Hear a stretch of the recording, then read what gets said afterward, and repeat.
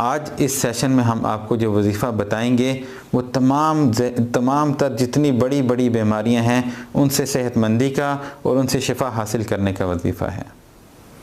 کہ اگر اس وظیفے کو توجہ اور دھیان سے ہم کر لیں گے تو اگر کسی کو برین ٹیومر ہے وہ ختم ہو جائے گا، اگر کسی کی بینائی کا مسئلہ ہے یا قوت سماعت کا مسئلہ ہے تو وہ اللہ پاک حل فرما دے گا،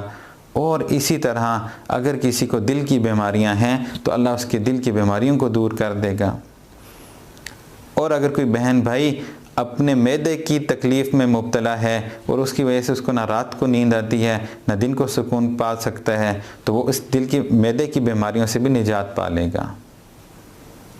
اور ہم نے دیکھا ہے کئی ہمارے بہن بھائی مثانے کی کمزوری، مثانے کی بیماریوں میں مبتلا ہیں، تو الحمدللہ جسم میں جتنی بھی قسم کی بیماریاں ہیں، یہاں تک کہ اگر خدا نخواستہ کوئی ایڈز میں مبتلا ہو گیا ہے تو اللہ پاک نے اس وظیفے میں ایسی شفا رکھی ہے کہ جو یہ وظیفہ کرے گا یا جو بہن یہ وظیفہ کرے گی تو اللہ پاک اس کو اس بیماری سے شفا نصیب فرما دیں گے۔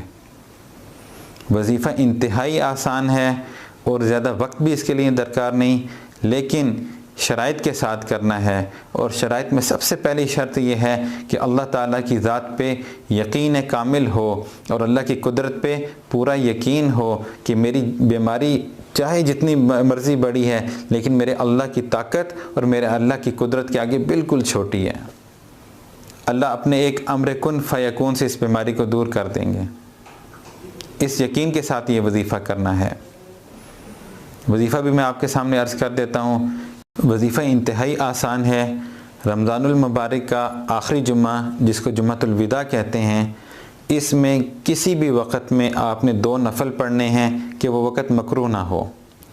جس میں آپ 2 نفل پڑھ سکتے ہوں اس وقت میں 2 رکعت نفل ادا کرنی ہے آپ نے۔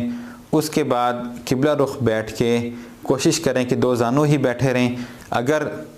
تکلیف ہو رہی ہے 2 زانوں بیٹھنے میں تو پھر آپ جس حیت میں بھی بیٹھ جائیں، چاہے کرسی پہ بیٹھے ہوں چاہے جہاں نماز پہ بیٹھے ہوں، لیکن قبلہ رخ ہو کے آپ نے بیٹھنا ہے، اور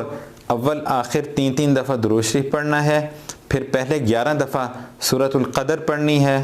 پھر 11 دفعہ سورہ الم نشرح لک صدرک یہ سورت پڑھنی ہے۔